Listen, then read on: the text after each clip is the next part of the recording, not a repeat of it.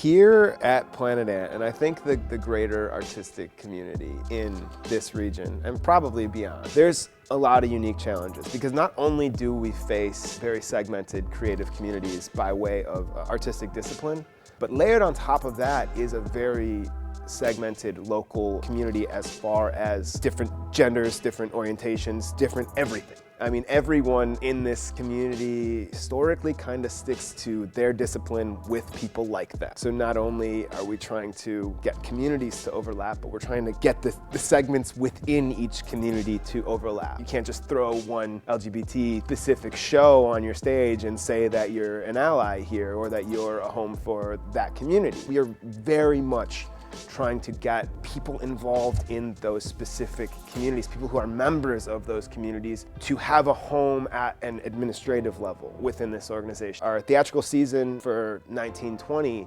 is very much focused on LGBT plus identity. There is lots of different collaborations. That season included Jared Scott Morin. They wrote an adaptation of Shakespeare's As You Like It with the twist of As They Like It, which was a combination Shakespeare, gender chaos, drag show, which is one of the most unique and delightful experiences. A year ago, it was maybe 5 or 6 months into the time that I was here and just around and like dwelling. They did their inaugural Live Out Fest. The mission of that, like what it is really just a celebration of queer liberation and freedom. I think National Coming Out Week is during October, and we do the festival every year on that weekend where it falls. I created As They Like It as the play in the Black Box Theater season slot for that festival. So it actually opened on National Coming Out Day. And then we also did Not in My House, which is a dance theater piece made by Christy Faulkner Dance, and that's in collaboration with Ruth Ellis Center. That festival really just showcases, highlights, and employs queer artists in the area.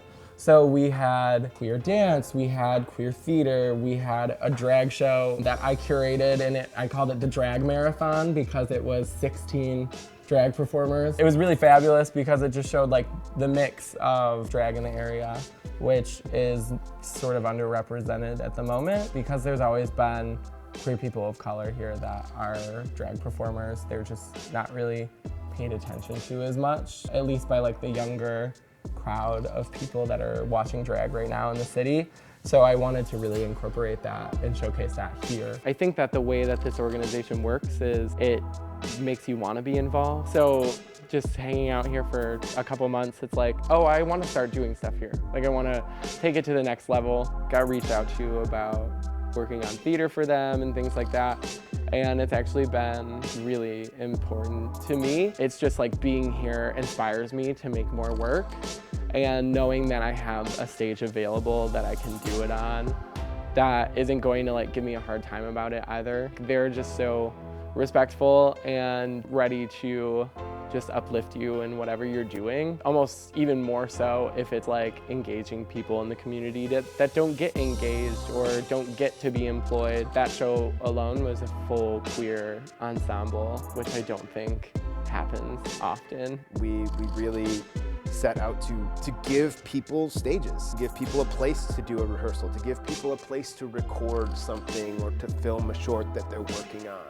Our goal is to improve and elevate the artistic community. And so we try to find ways to do that. There are specifically gender benders. It's a drag show, but it's hard to even explain it because it's not quite just a drag show. I mean, it is a gender spectrum, all-encompassing dance, burlesque, drag. It's all different types of people doing everything from serious, dramatic songs to hilarious, comedic lip syncing. It's a wonderful show, and it's got a wonderful following, and it continues to grow. That's something that Jared started in the bar on a late night Sunday night show. Collaboration is the heart of a lot of what we do.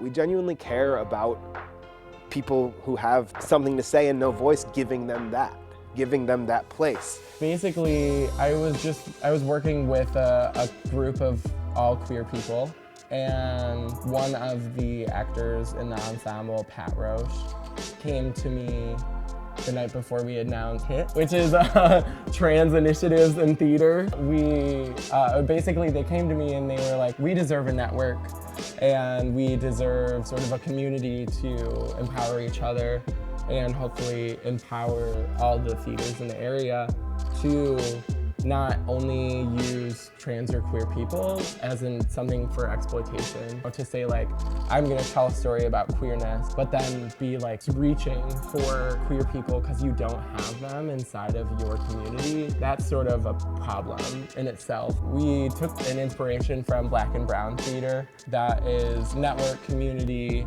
theater ensemble for people of color, performers of color, in the area to utilize, give them more opportunities. And the whole mission of that is they created it and they're working towards being obsolete, basically.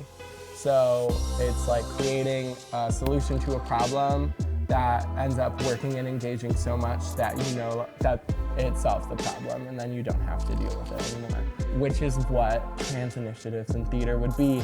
And it's not solely for trans people, it's for queer people in general, people who are non-binary, who are non-conforming, basically who are outside of the gender binary, which is written into a lot of theater and stories that are being told. So another part of that is actually maybe devising or creating new stories. Right now, Pat Roche and I, we're really just at like the starting phase for HIT, but it started here, so I think here will be its home. We are a big formless blob of artists. You know, we are a community of people, and this is what that community has decided they want to do and what they want to be.